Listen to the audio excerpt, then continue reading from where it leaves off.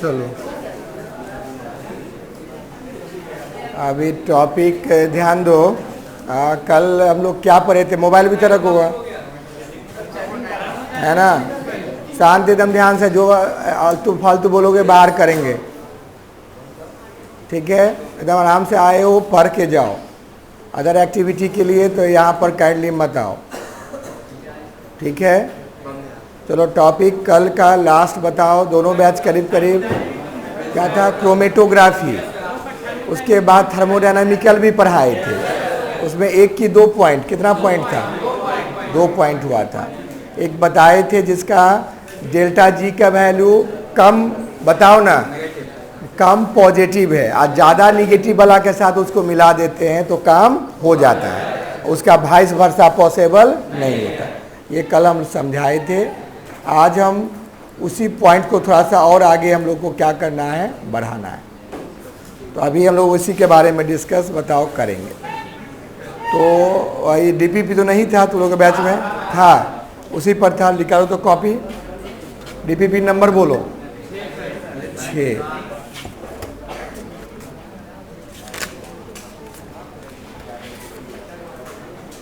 DPP number 6। चलो मैंने ये आइसोलेशन का 6ठा डीपीपी हुआ चैप्टर का। आप ध्यान देना सभी, ऑनलाइन वाले सब भी। क्या कहता है कि van Arkel process of refining contain zinc metal for heating, mercury metal for heating, tungsten metal for heating, iron metal for heating. Van Arkel में टेम्परेचर बहुत हाई चाहिए, बताए थे। हार्ड मेटल होता है जिरकोनियम और क्या, टिटेनियम। उसके लिए टेम्परेचर क्या चाहिए? हाई चाहिए। हाई टेम्परेचर को बर्दाश्त करता है बल्ब का फिलामेंट, टंगस्टन। वॉल्फ्राम कहते हैं इसका, क्या नाम है? वॉल्फ्राम टंगस्टन का। तो टंगस्टन का सी ऑप्शन। तो पहला का क्या हो गया यहाँ पर? C. Question number 2, smelting of aluminium. Smelting मैंने क्या process? Reduction. Reduction of aluminium जो होता है वो कौन? Hall Heroult process. क्या बताओगे? Hall Heroult process. Option number क्या हो गया? सी। क्वेश्चन नंबर 3, क्या कहते हैं? Electrolytic refining. लास्ट में जो रिफाइनिंग करवाएंगे तो उसके लिए वो इलेक्ट्रोमेटलर्जिक जैसा ही प्रोसेस का यूज़ किया जाता है। प्रोसेस का नाम हो गया हुप्स प्रोसेस। क्या नाम है? Hoops process. कहीं होगा किस ऑप्शन में? सी। रिफाइनिंग ध्यान रखना, इसमें कन्फ्यूजन बच्चे को हो जाता है। रिडक्शन पूछेगा तब तो हेल हेराल्ड, रिफाइनिंग वाला पूछ दे तो हुप्स प्रोसेस। नेक्स्ट है impure mercury metal refined. Impure mercury में इम्प्योरिटी लिक्विड स्टेट में रहेगा, और लिक्विड को बोले थे डिस्टिलेशन। हाँ, डिस्टिलेशन है इसमें? नहीं है तो नन तो होगा, तो नन दे दो। 5वां बताओ, क्या कहते हैं? Which one is not suitable reducing agent for metal sulphide. Metal sulphide में कार्बन और हाइड्रोजन दोनों से रिड्यूस और मेटल सल्फाइड को नहीं कर सकते हैं। तो मेटल सल्फाइड से नहीं कर सकते, कौन नहीं है? Not suitable.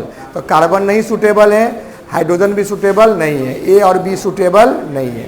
तो कौन सा ऑप्शन हो जाएगा? डी। चलो हो गया। अब 5 में चेक कर लो कितना सही कर पाए। 5 सही हो गया तो बहुत बढ़िया, यानी जो बनाए हो तो सही होगा। 4 तो उम्मीद पूरा किए थे। लास्ट वाला क्वेश्चन थोड़ा सा ट्विस्टेड था, बाकी सब तो कॉमन पढ़े हो तुम लोग। चले अब टॉपिक हम लोग उसी को आगे बढ़ा देते हैं, उसी को डिस्कस करते हैं। बढ़े आगे, ध्यान दो इधर। क्वेश्चन है वो वही कंटिन्यू करना है उसको हमें अभी। थर्मोडायनामिकल मेथड ऑफ रिफाइनिंग या एक्सट्रैक्शन में थर्मोडायनामिक्स का। इसका 2 पॉइंट हम दोनों बैच में लगभग में 2 पॉइंट का डिस्कस। तीसरा पॉइंट भी चर्चा हुआ होगा, लेकिन मेनली 2 पॉइंट था कि इसके लिए कौन इक्वेशन था? बोलो। डेल्टा जी बराबर -NFE स्टैंडर्ड। और दूसरा था कि अगर ए और बी में अगर माइनस निगेटिव वाला ज़्यादा है और प्लस पॉजिटिव वाला क्या है? कम है, तब ये काम होगा, अदरवाइज काम नहीं होगा। ये दोनों बैच में करीब करीब यही बताए थे। अब यहाँ पर क्वेश्चन उठता है कि थर्मोडायनामिक्स तो बहुत सारा कॉन्सेप्ट पर काम करता है, ये सेल के अंदर काम किया है। सेल के अंदर का काम होता है इलेक्ट्रोलाइसिस। क्या नाम होता है? इलेक्ट्रोलाइसिस। अगर सेल नहीं हो तब कैसा काम करेगा? तब तीसरा पॉइंट इसमें देखा गया है कि डेल्टा जी बराबर, पढ़े हो तुम लोग 11th में, delta H minus T delta S. बोलो सर ये क्या चीज़ है? इस पर देखो क्वेश्चन है। ये देखो, ये तो जिप्स एनर्जी समझ गए, एनर्जी है, काम करने वाला एनर्जी। ब्रह्मांड में जो काम होता है, विश्व में, यूनिवर्स में, आप चंद्रयान लैंड किया है, इसका मतलब डेल्टा जी उसका निगेटिव था, इसीलिए लैंड किया, अदरवाइज लैंड नहीं, क्रैश कर जाता। तो कोई भी वर्ल्ड में कोई भी वर्क होता है, वर्क ऑपरेटेड बाय किसके द्वारा? बताओ, डेल्टा जी। उसके लिए ये टर्म चाहिए। इस टर्म का तुम लोग नाम सुने होंगे, किसी को मालूम है नाम? इसका क्या कहते हैं? इसको एंथैल्पी। और ये एस का भी नाम पढ़े होंगे 11th में, इसका नाम होता है इंट्रोपी। और टी मने क्या? टेम्परेचर। टी टेम्परेचर तो कॉमन है। अब ध्यान देना सभी, सुनने की कोशिश करो कि अगर कहता, हम कल भी पढ़े थे कि किसी उपाय से डेल्टा जी आपका निगेटिव होना चाहिए, तब काम होगा, अदरवाइज काम नहीं होगा। तो डेल्टा जी निगेटिव होगा कैसे? उसके लिए दो हो सकता है, या तो ये वैल्यू बहुत ज़्यादा हो जाए और ये कम हो जाए तो निगेटिव हो जाए। नहीं हो सकता? बोलो हाँ है ना। तो ये वैल्यू को उसको ज़्यादा होना पड़ेगा, या नहीं तो क्या करेंगे, ये वैल्यू कांस्टेंट रखेंगे और इसमें टेम्परेचर को क्या करो? बढ़ा दो। अगर ये कांस्टेंट है और टेम्परेचर बढ़ रहा है तो टेम्परेचर बढ़ेगा तो इसको भी बढ़ा देगा ना, तो ओवरऑल वैल्यू क्या हो गया? बढ़ गया ना। तब भी डेल्टा जी का वैल्यू क्या आएगा? निगेटिव आएगा। तो डेल्टा जी निगेटिव दोनों कंडीशन में होता है। जब भी डेल्टा जी निगेटिव होगा तो एक्सट्रैक्शन वर्क होगा, अदरवाइज एक्सट्रैक्शन वर्क नहीं होगा। अब बुक का क्वेश्चन अब आ गया। क्वेश्चन आ गया कि किसी भी ऑक्साइड में से गंदगी को हटाने के लिए लिक्विड स्टेट बहुत आसान होता है सॉलिड की अपेक्षा, क्यों? अब इसका आंसर इसी में छुपा हुआ। क्वेश्चन तुम्हारे बोर्ड का है, एकदम दिया हुआ हिट लिस्ट क्वेश्चन कि मेटल ऑक्साइड हम लोग पढ़े थे, MxOY मेटल ऑक्साइड हुआ। इसको अगर हम ऑक्सीजन को हटाते हैं, इस मेटल ऑक्साइड को अगर लिक्विड में कर दें और तब यहाँ पर Y अगर कार्बन को लेते हैं तो XM बन जाएगा और Y क्या बन जाएगा? बताओ ना, CO बन जाएगा। बोलो हाँ। ये बहुत आसानी से हो जाएगा, लेकिन अगर ये सॉलिड में है तो ये काम करने में बहुत मेहनत लगेगा और वो नॉन इकोनॉमिकल हो जाएगा, माने खर्चा ज़्यादा और इसमें जो प्रॉफिट होगा वो क्या? कम। तो साइंस कहता है कि काम वैसा कीजिए जो इकोनॉमिकल हो, सस्ता सुविस्ता काम। सस्ता सुविस्ता काम के लिए हम लोग, ये क्वेश्चन आया था, बताओ तुम लोग क्या आंसर इसमें, कुछ दिमाग लगा सकते हो? लिक्विड स्टेट में यही काम आसान होगा, है ना। और अगर सॉलिड स्टेट में वो काम डिफिकल्ट हो जाता है या बहुत खर्चा ज़्यादा लगता है और प्रोडक्ट का यील्ड क्या होता है? कम होता है। ऐसा क्यों? कुछ दिमाग लग रहा है? बोलो हाँ या ना। नहीं लग रहा, कोई बात नहीं। चलो देखो, तुम लोग पढ़े हो, इंट्रोपी जानते हो। इंट्रोपी माने होता है रेंडमनेस। क्या होता है? रेंडमनेस। अगर एक सिस्टम है, ये सिस्टम है, इसमें हम सॉलिड को पैक किए हुए हैं, ये सॉलिड है, पढ़े हो क्रिस्टल लैटिस, सॉलिड का एक पर्टिकुलर क्रिस्टल लैटिस, इसमें मूवमेंट नहीं के बराबर है। ये जब भागना जाएगा तो ये इसको रोकेगा, ये जाना चाहेगा तो ये इसको, सब एक दूसरे को रोकेगा। इंडियन व्यक्ति हो गए। इंडियन व्यक्ति समझते हैं ना कि अगर पड़ोसी तुमको अच्छा कर रहा तो तुम दुखी हो जाओगे कि क्यों उसका मकान बन रहा है, हमारा मकान क्यों नहीं बना है ना। वो टॉप कर जाएगा खुशी, वो क्यों टॉप कर गया, वो फेल कैसे करे, उसके जुगाड़ में तुम लगे रहोगे, अपना टॉप करने का जुगाड़ में नहीं लगोगे। वो इंडियन व्यक्ति का ही आदत है। इसीलिए इंडिया इतने डेवलप रहते हुए भी पीछे है, बहुत पीछे है अभी इंडिया। भले एक्सटर्नल डेवलपमेंट जो हो रहा है, मेंटली डेवलपमेंट इंडियन व्यक्ति का नहीं हुआ। ठीक है। अब सेकेंड देखो, बी में है, यहाँ बी है ना। बी स्टेट क्या करते, वही सब्सटेंस को लिक्विड बना दिए, यही सब्सटेंस है, लिक्विड में क्या हो गया, गैप ज़्यादा, गैप ज़्यादा, अट्रैक्शन फोर्स कम, अब इसका मूवमेंट क्या होगा, ज़्यादा। लिक्विड में अब मूवमेंट ज़्यादा होगा, इसके अंदर जो गंदगी है उसका निकालना मेरे लिए क्या है, आसान काम। जो बच्चे प्रैक्टिस करेगा, लिखेगा, बोले तो 5 बार लिखो, वो 5 बार जो लिख लिया उसके अंदर से गंदगी, तुम लोग के अंदर में गंदगी क्या है, कन्फ्यूजन, वो कन्फ्यूजन तुरंत हट जाएगा। इसलिए बोलते 5 टाइम लिखो। कब लिखोगे, जब प्रेशर पड़ेगा। प्रेशर में कौन स्टेट, सॉलिड स्टेट की liquid state, liquid state. Normal में कौन स्टेट, सॉलिड स्टेट। और बहुत गुस्सा देकर बेइज्जत कर दिए, पिटाई कर दिए, कान पकड़ के उठा बैठी करवा दिए। अब वही चीज़ क्या हो गया, वो ना गैसियस, एक यहाँ एक यहाँ एक यहाँ एक यहाँ। अब इतना एनर्जी कम हो गया, ये काम तो बहुत अच्छा करेगा लेकिन ये काम एक्सप्लोसिव करेगा, तुरंत काम करके सब क्वेश्चन बना के दिखा देगा। तो वो हो सकता है कि मेंटली फ्यूज कर जाए, दिमाग से पागल हो जाए, आईक्यू बहुत ज़्यादा इसका डेवलप हो गया। तो इस स्टेट में भी कहता है थर्मोडायनामिक्स काम गड़बड़। किस स्टेट में, गैस में, गैस स्टेट में भी काम गड़बड़, सॉलिड में काम महा गड़बड़, काम ही नहीं होगा, या काम करबो कर खर्चा बहुत ज़्यादा और आमदनी बहुत कम। और सबसे अच्छा कौन स्टेट, लिक्विड। क्यों, अब देखो लिक्विड का इंट्रोपी हाई, इंट्रोपी मैंने क्या, रेंडमनेस हाई, रेंडमनेस हाई, ये जब ये पॉजिटिव होगा तो ये ओवरऑल वैल्यू क्या हो गया, पॉजिटिव ज़्यादा। और ये टेम्परेचर तो सब सिस्टम के अंदर तो कांस्टेंट रहता है ना, ये कांस्टेंट रहा, ये वैल्यू क्या हो गया, बढ़ गया। तो अगर हमारा देखिए टी डेल्टा एस ज़्यादा हो गया, किससे, बोलो ना, डेल्टा एच से। किस स्टेट में, सॉलिड के लिक्विड, इन लिक्विड स्टेट में नहीं हो गया, लिक्विड में ज़्यादा हो गया। अब पक्का देयरफॉर हम लोग कह सकते हैं ना कि डेल्टा जी का वैल्यू क्या आ जाएगा, निगेटिव। और निगेटिव में काम कैसा होगा, स्पॉन्टेनियस। अब तुम्हारा आंसर तैयार हुआ कि नहीं हुआ। ये बोर्ड का क्वेश्चन 24 के लिए बहुत हाईलाइट करके दिया है। कोई भी एक्सट्रैक्शन प्रोसेस लिक्विड स्टेट में आसानी से हो जाता है with respect to solid state, why. Question इतना बड़ा हुआ, आंसर एक लाइन में। अकॉर्डिंग टू थर्मोडायनामिक्स हम जानते हैं कि डेल्टा जी बराबर delta H minus T delta S. Liquid state में इंट्रोपी वैल्यू हाई होता है तो टी डेल्टा एस का वैल्यू क्या हो जाएगा, हाई, जबकि इसके वैल्यू पर कोई असर नहीं पड़ेगा। इसीलिए डेल्टा जी क्या हो जाएगा, निगेटिव। और हम जानते हैं निगेटिव जिसका डेल्टा जी होगा वो वर्क स्पॉन अपने आप हो जाता। आंसर बना, तैयार हुआ कि नहीं, बोलो हाँ या ना। तो ये कॉन्सेप्ट कौन दिया, थर्मोडायनामिक्स।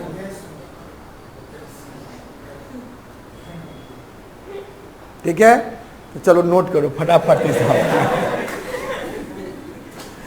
तीसरा पॉइंट, तो नोट जल्दी नोट करो, जो भी होगा तीसरा तीसरा ऑब्लिक चौथा दे दो, ऐसे दे दो, ठीक है, जो हुआ। अब यहाँ पर गौर करना है ना। अब यहाँ पर कहता है कि कॉन्सेप्ट ऑफ इंट्रोपी है ना। अभी के हिसाब से सुबह वाला बैच के हिसाब से चौथा और शाम वाला बैच के हिसाब से तीसरा। तो वो 1 पॉइंट ज़्यादा पढ़ा दिए होंगे, है ना। कभी ज़्यादा शाम में देखो, शाम में देखो प्रॉब्लम हो, ध्यान देना, शाम में थोड़ा सा टाइम का रिलैक्सेशन रहता है, एकदम दिमाग में सेट करना। शाम वाला बैच का जो ओवरऑल देखोगे ना, डेल्टा जी निगेटिव होगा। ओवरऑल देखो कंटेंट देखो ना कॉपी का, वो ओवरऑल निगेटिव होगा। लेकिन सुबह में टाइम का, आप 9 बजे आप छोड़ देंगे, कॉलेज जाएंगे। हाँ, तुम लोग का टर्न भी छूट जाता है, शाम में टर्न भी आ जाता है, बहुत सारा चीज़ भी छूट जाता है। तो शाम में थोड़ा सा ज़्यादा रिलैक्स, टाइम का थोड़ा सा रिलैक्सेशन रहता है। और सुबह में प्रेशर में रहते हैं, यहाँ जाना, वहाँ पढ़ना, वो करना। तो लिखो कॉन्सेप्ट ऑफ इंट्रोपी में क्वेश्चन पहले लिख लो, क्वेश्चन ही टाइप लिखा देते हैं, एग्जाम में लिख पाओगे आराम से। क्वेश्चन लिखो कि प्रोसेस ऑफ एक्सट्रैक्शन, क्वेश्चन में लिखो प्रोसेस ऑफ एक्सट्रैक्शन ठीक है, इन किस स्टेट में बताओ ना, in liquid state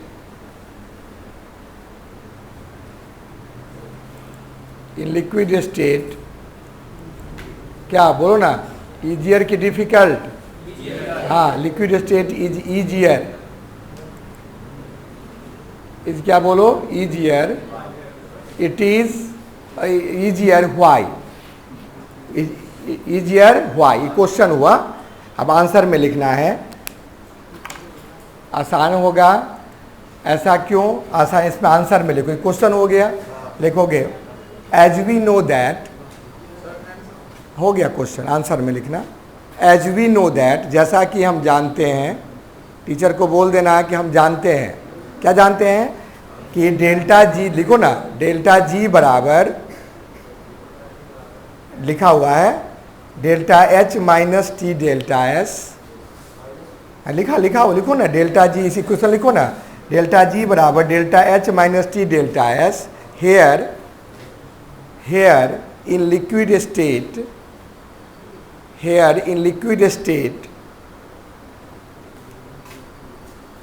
value of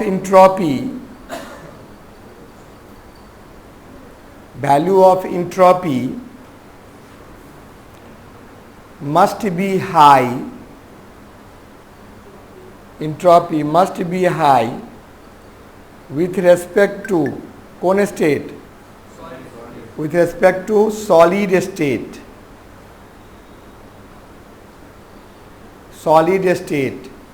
that's why T delta S, ऐसे पूरा T delta S, that's why T delta S greater than delta H,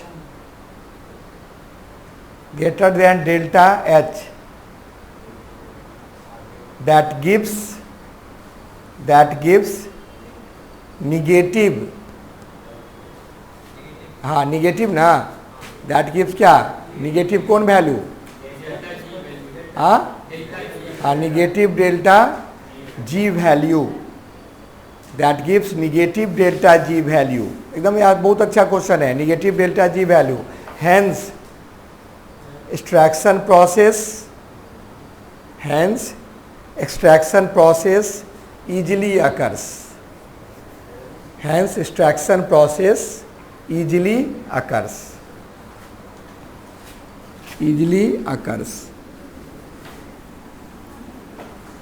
लिख लो, ये क्वेश्चन ऐसे दिखा दो, अब लैंग्वेज में दिए हो, लिखो according to TDS thermodynamics,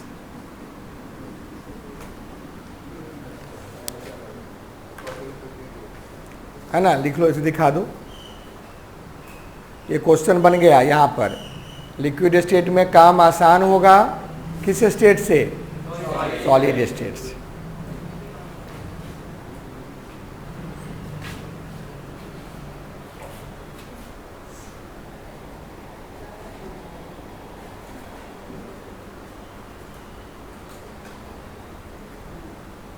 clear, चलो एक चीज, एक चौथा ये भी पॉइंट इसलिए बना दिए हैं कि तुमको याद एग्जाम में क्वेश्चन सॉल्व करने में आसानी पड़ेगा कि सर क्या सॉल्व करे, क्या लिखे, तो लिख लोगे तीसरा पॉइंट से।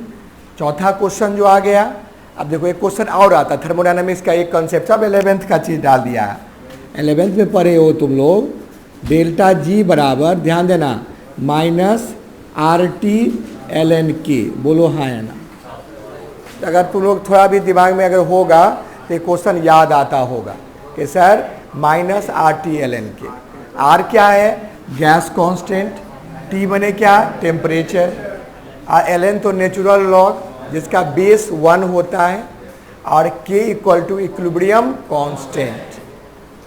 तो अगर हम इसी को, चूँकि तुम लोग जानते ही भी पढ़ाए हैं, ln बराबर 2.303 LOG होता है, तो अगर हम इस वैल्यू को इसमें डालें तो डेल्टा जी बराबर क्या हो गया बताओ ना, -2.303, बोलो RT/log के इक्विलिब्रियम में आता है तो के EQM दे दो, समझने में सुविधा होगा, EQN इक्वेशन, EQM इक्विलिब्रियम। अब दिमाग में कल हम बताए थे, कल दोनों बैच में हम समझा दिए थे कि अगर रिएक्शन, गौर करना, अगर रिएक्शन आगे जा रहा है, और फिर उसी कंडीशन पर पीछे आ रहा है, इसी को हम इक्विलिब्रियम कहते हैं। अब इक्विलिब्रियम में का वैल्यू जो भी दिया रहे, इक्विलिब्रियम जब ये होगा रिएक्टेंट और प्रोडक्ट के बीच में, इक्विलिब्रियम कांस्टेंट निकालेंगे केसी। और केसी निकालने के लिए लोमा अप्लाई करेंगे। लोमा समझे, लॉ ऑफ मास एक्शन। ये कहता है कंसंट्रेशन ऑफ प्रोडक्ट बट्टा कंसंट्रेशन ऑफ क्या, रिएक्टेंट।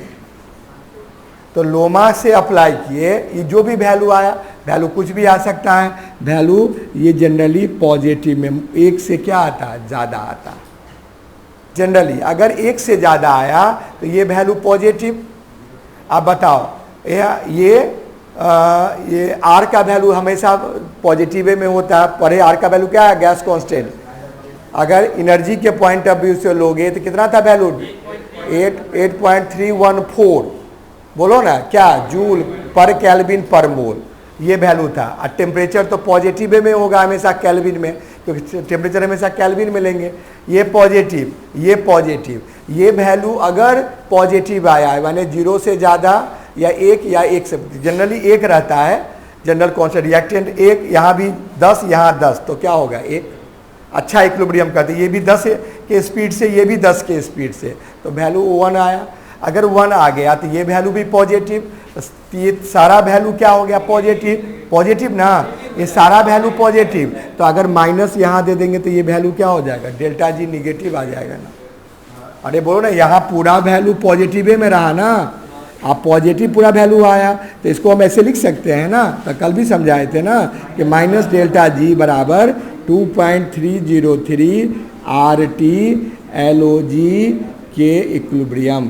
तो ओवरऑल सब वैल्यू तो पॉजिटिव में आ गया कि नहीं आ गया, सब वैल्यू, सारा वैल्यू पॉजिटिव में आया, तो डेल्टा जी क्या हो गया, निगेटिव। तो यहाँ पर एक क्वेश्चन बन गया कि आपका इक्विलिब्रियम कांस्टेंट का वैल्यू 1 गुने 10 का पावर -15 है, तो ये रिएक्शन होगा कि नहीं होगा,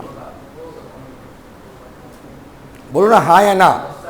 10 का 1 पर कितना है वैल्यू, क्या है 1 गुने 10 का पावर -15।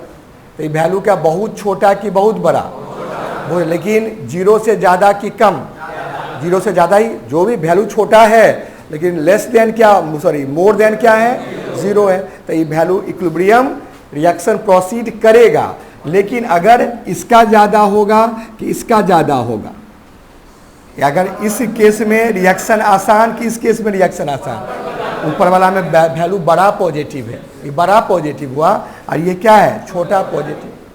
तो इक्विलिब्रियम कांस्टेंट देख के भी हम पता लगा सकते हैं कि एक्सट्रैक्शन काम होगा कि एक्सट्रैक्शन काम नहीं होगा। तो लिखो, तो क्या पॉइंट, चौथा पॉइंट, जो भी 5वां पॉइंट अपना दे देना। लिखो कि न्यूमेरिकल वैल्यू ऑफ, लिखो, इस पर क्वेश्चन नहीं डाला इसलिए क्वेश्चन नहीं लिखा रहे हैं। Numerical value of equilibrium constant, numerical value of equilibrium constant also responsible for, कौन है, किसके लिए, आल्सो रिस्पॉन्सिबल फॉर, बोलो किसके लिए, हाँ नहीं, तो also responsible for extraction process, तब ना डेल्टा जी निकालेंगे। Extraction process, that value operated by, that value operated by given equation, it suggests us, given equation, उसके वाले को it suggests us, ये हमको कह रहा है, क्या कह रहा है बोलो, अरे क्या कह रहा है, ये कह रहा है कि if value of equilibrium constant, if value of equilibrium constant is in, कौन है, पॉजिटिव की negative, is in positive, then process of extraction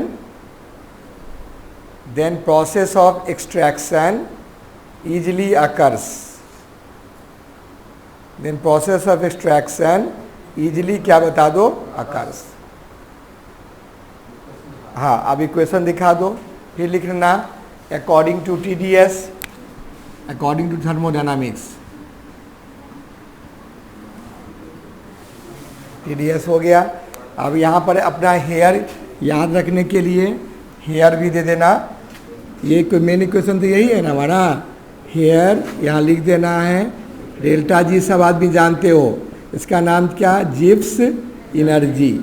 बहुत जगह फ्री एनर्जी भी लिखा रहता है। आर बराबर क्या, gas constant, T equal to temperature in kelvin.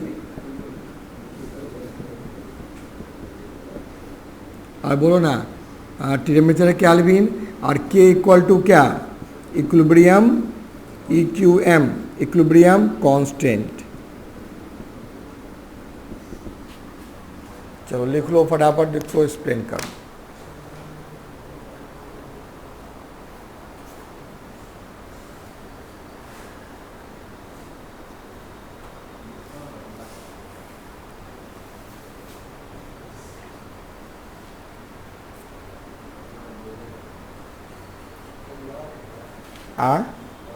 Log L में नेचुरल लॉग, RT तो लिख दिए, वहाँ देखो ना, R अलग है, T अलग है, लिखा हुआ है। R बराबर गैस कांस्टेंट, T बराबर टेम्परेचर। वहाँ पर RT वही R है, वही T है।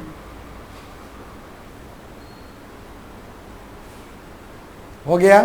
चलो ये भी सेक्शन हम लोग 2 पॉइंट खत्म कर लिए। अब इस सेक्शन में ये कौन सेक्शन आया, थर्मोडायनामिकल, कल भी पढ़ा है, आज भी पढ़ा है। अब इसी पर तुम लोग एक डायग्राम बताए थे, कौन डायग्राम था, इलिंगम डायग्राम। वो बताता है कि कौन रिड्यूस करेगा और किसका रिडक्शन नहीं होगा, है ना। तो उसको बेटर तरीका से उसको एक्सप्लेन बताओ, कर सकते हो इलिंगम डायग्राम का। क्लासिफिकेशन ऑफ एलिमेंट्स में ये टॉपिक है। डायग्राम ग्राफ है, समझने के लिए बहुत इम्पॉर्टेंट है, ज़रूरी है समझना, तुम लोग के लिए बहुत आवश्यक है। लग देता है, ठीक है। इस पर जो वर्क करेंगे, रिडक्शन, ऑक्सीडेशन, एक्सट्रैक्शन, थर्मोडायनामिकल प्रिंसिपल।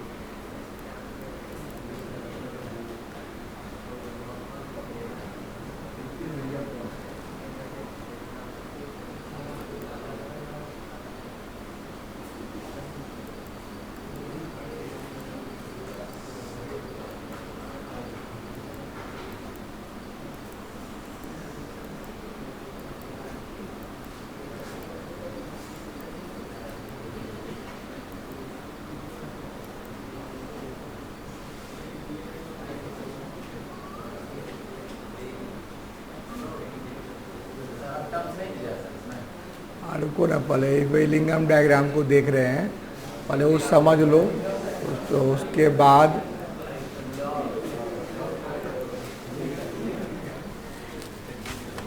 देखो ग्राफ जो है ना, इसीलिए बता देते हैं, कभी कभी क्वेश्चन को टफ करेगा तब वो पूछने का कोशिश करेगा। क्योंकि इलिंगम डायग्राम देखो तुम्हारे एनसीईआरटी में येलो करके लिख दिया है। येलो जो बोर्ड, जिसका येलो बॉर्डर है, उसमें दे दिया है कि नॉलेज को इन्हेंसमेंट करने के लिए ये टॉपिक दिया जा रहा है, अपने नॉलेज को बढ़ाने के लिए। और बोर्ड के हिसाब से 12th के बोर्ड को इंस्ट्रक्ट किया गया है कि इससे आप डायरेक्ट क्वेश्चन नहीं पूछ सकते, इनडायरेक्टली पूछ सकते हैं कि ये क्यों हुआ, लेकिन अब बोर्ड से डायरेक्ट इलिंगम डायग्राम बनाइए, उसका ग्राफ प्लॉट करके बताइए, ये क्वेश्चन नहीं पूछेगा। इसलिए समझाने का ये कोशिश हम कर रहे हैं कि तुम लोग का एकदम समझ जाओगे। ग्राफ है उसका देखो, खाली ग्राफ को समझने की कोशिश करना कि ग्राफ कहता क्या है। अगर ऐसा कहीं दे दे हमको क्वेश्चन में तो हम घबराएंगे नहीं, हम जानते हैं सर ये क्वेश्चन आया हुआ। ये क्वेश्चन खराब स्थिति के लिए तैयार रहो कि बहुत से बहुत क्या करेगा, क्वेश्चन टफ करेगा। एनसीईआरटी से बाहर तो नहीं पूछेगा ना, क्वेश्चन को स्टैंडर्ड करेगा, तो एनसीईआरटी के भीतर से क्वेश्चन उठा के देगा। तो उससे भी हम लोग उसको क्या कर सकते बता दो, वहाँ पर बना सकते। देखो ये इक्वेशन है, ध्यान देना, ये जो इक्वेशन है डेल्टा जी का, तो डेल्टा जी बराबर उसको हम लोग काउंट करते हैं। तो थोड़ा सा प्रॉब्लम कुछ है ना। अब यहाँ ध्यान देना, हाँ कुछ लग रहा है शॉर्ट होता होगा या तार का प्रॉब्लम। एक मिनट। स्मार्ट बोर्ड में देखो, एक तो सबसे बड़ा IR रेडिएशन का बात है, और रेडिएशन बहुत ज़्यादा ह्यूमन बॉडी पर भी इफेक्ट करता है, और आँख पर तो बच्चे को भी या टीचर को भी आँख तो दिख जाएगा। पहला चीज़ वो बहुत ज़्यादा माने उसका कहता है कि दूर रहिए। रेडिएशन ठीक है, बोर्ड लगा दीजिए, और कम से कम 2 से 3 मीटर का डिस्टेंस होना चाहिए। तुम लोग हो ना, हम कहाँ हैं? अरे ऐसा पढ़ाएं या खुद चले जाएं? हैं? ऐसा पढ़ा के क्या फ़ायदा? सबको छोड़ के चले जाएं, ऐसे तो नहीं होता ना, तो वो प्रॉब्लम हो जाता है। पेन से नहीं होगा, वो रेडिएशन तो देगा ना, वो तो दिखाने के लिए ना रेडिएशन देगा। तो इस कारण ये बहुत ज़्यादा, हाँ मजबूरी है, आधा घंटा 1 घंटा बना लिए उसके लिए कोई दिक्कत नहीं, लेकिन अगर 5-5 घंटा 7 घंटा डेली उस पर रहोगे तो ये प्रॉब्लम क्रिएट करेगा। तो वहाँ पर समझने का थोड़ा सा ये करना। नहीं चल रहा, वो देखो कुछ प्रॉब्लम है, लाइट का कुछ दिक्कत है। हाँ वो लाइट का देखो ना आवाज़ कर रहा हो, उसमें फैंस है, वो चलेगा अपने अपने स्टार्ट हो जाएगा। तो देखो ध्यान, पहले हम समझा देते हैं, कोई बात नहीं, जब तक वो शुरू हो रहा है तब तक हम शुरू हो जाते हैं वाले करने का, है ना, उसको हम समझा देते हैं। देखो ग्राफ से ज़्यादा अच्छा से दिमाग में जाता, 3D ग्राफ से हम बता देते हैं। देखो ये सिंपल सा ग्राफ हम बनाते हैं, किताब में तो बहुत बढ़िया से उसको बनाया हुआ है। यहाँ पर देखो, देख गौर करना, जब तक तो स्टार्ट होने दो उसको, तब तक इधर देखो, ठीक है। ये यहाँ पर 2 चीज़ के बीच में ग्राफ है। एक तो हम लोग अभी पढ़े हो डेल्टा जी कैसा पॉजिटिव निगेटिव होना चाहिए, अब वर्सेस क्या टेम्परेचर, अभी पढ़े हो टेम्परेचर।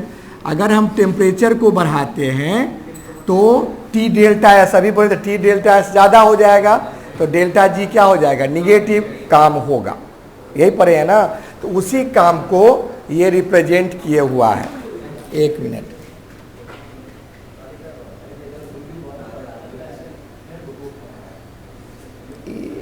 इंजीनियर का सबका चीज़ सब है।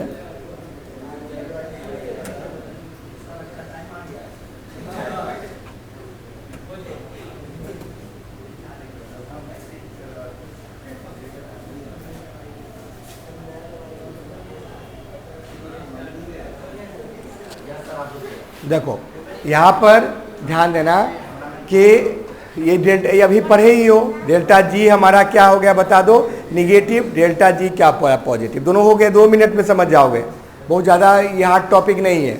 और इसको अगर एक्सप्लेन किए है ना, ये इलिंगम ये क्या बताए, देखो इसके लिए काउंट देखो क्या किए कि दोनों का वैल्यू हम लोग एक्सप्लेन, डेल्टा जी सबसे इंपॉर्टेंट, देखो यही डायग्राम है, ये डायग्राम तुम्हारा कर्व टाइप आ रहा है, गौर करना, ये क्या है, कर्व टाइप है।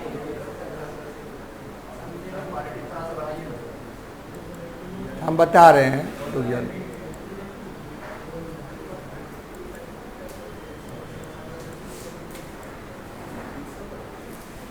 देखो यहाँ पर 2 चीज़ का वैल्यू, देखो यहाँ गौर करना, इस केस में देखो यहाँ डेल्टा जी है, डेल्टा जी हम लोग हमेशा किस में लेंगे, किलो जूल पर मोल में, और ऑक्साइड का है तो ऑक्सीजन से कंबाइंड किए, सल्फाइड होगा तो सल्फर से करेंगे, और नीचे में यहाँ लिखा हुआ क्या बोलो ना, टेम्परेचर, उसको टेम्परेचर को से हम लोग क्या करेंगे बताओ, उसको एक्सप्लेन करेंगे टेम्परेचर के द्वारा। तो यहाँ टेम्परेचर है। अब यहाँ पर देखो कुछ कुछ कंपोनेंट दिया होगा, अगर तुमको दिखाई नहीं देता होगा तो यहाँ पर देखो मैग्नीशियम है, ऊपर में एल्युमिनियम है, उसके ऊपर में बताओ जिंक है, ऐसे सबका सीरियल दिया हुआ। तो नीचे का जो देखो, नीचे इसका जो मैग्नीशियम का एनर्जी है वो 1100 के आसपास, निगेटिव में सब है, सब निगेटिव में है। और ऊपर वाला जो एनर्जी है देखो, ऊपर वाला क्या है वो ना, ये 1000 के आसपास। अब बताओ आप 1000 के आसपास मान देखो ना, और यहाँ इसका मतलब क्या है कि जो मैग्नीशियम का ऑक्साइड बना, मैग्नीशियम का ऑक्साइड बना, अगर उसको कहेंगे आप एल्युमिनियम से रिएक्शन करके प्रोडक्ट बना दीजिए तो क्या प्रोडक्ट बनेगा। देखो ना, अभी क्या बोले थे कि -1100 पर है, वो -1000 पर मान लेते, -1000 पर है, तो उससे तो वो कम है ना। तो कम वाला कमजोर आदमी को कहेंगे कि जाइए पावरफुल आदमी से ऑक्सीजन छीन के आ जाइए, तब बोलेंगे सर ये फिजिबल होगा, ये रिएक्शन फिजिबल नहीं हो। अब इसका वाइस वर्सा, तुम्हारे बुक का क्वेश्चन नंबर 27वां यही है कि Al2O3 है, गौर करना, और उसको अगर हम मैग्नीशियम के साथ रिएक्शन करवाना चाहेंगे तो क्या ये रिएक्शन होगा कि नहीं होगा? अब बताओ, मैग्नीशियम का वैल्यू तो ज़्यादा है, वो जाएगा आराम से कहेगा ऑक्सीजन आप चलिए और हमारे साथ आप जुड़ जाइए, तो ये एल्युमिनियम को क्या कर देगा बताओ ना, फ्री कर देगा। तो एल्युमिनियम एक्सट्रैक्ट करने के लिए क्या चाहिए? मैग्नीशियम चाहिए। उसी प्रकार जिंक है ऊपर, जिंक को एक्सट्रैक्ट करना है तो क्या चाहिए? नीचे एल्युमिनियम है और क्या मैग्नीशियम भी हो सकता है, बोलो हाँ है ना। अगर हमको उसके ऊपर जो भी है, इसका मतलब क्या है? इसका मतलब ये है कि जो जिसका माइनस में कम वैल्यू है और जिसका माइनस में ज़्यादा वैल्यू है वो सब एक दूसरे को क्या करेगा? रिड्यूस करेगा। इट कैन एक्सप्लेन बाय कौन डायग्राम? इलिंगम डायग्राम। तो लोग हम पेज ग्रुप में भी भेज देंगे ये डायग्राम का नोटिफिकेशन करके पॉइंट करके, क्वेश्चन इससे क्या क्या बना हुआ है क्वेश्चन भी दे देंगे, अपने से देख लेना। ये प्योसे बहुत जगह लिखा होगा वर्ड में फिजिबल, फिजिबल माने रिएक्शन का होना, होगा तो फिजिबल और नहीं होगा तो क्या लिखेंगे? Non feasible. नॉन या इनफिजिबल भी कर लिख सकता है, नॉन फिजिबल। तो अगर आप बताओ ये रिएक्शन फिजिबल के नॉन फिजिबल? फिजिबल। ये रिएक्शन फिजिबल के नॉन फिजिबल? Non feasible. क्योंकि ये डिसाइड कौन डायग्राम करेगा बताओ ना? इलिंगम। ठीक है, तो ये सेक्शन था, ये किसका? थर्मोडायनामिक्स का। इतना रहने देते हैं आज, बाकी अगले क्लास में। कल क्या है? कल तो राखी है, कल फ्राइडे पढ़ेंगे, फ्राइडे को पढ़ेंगे। फ्राइडे सैटरडे संडे सब छुट्टी का है, एक दिन बंद है, कल केवल बंद है, बाकी सब आना है।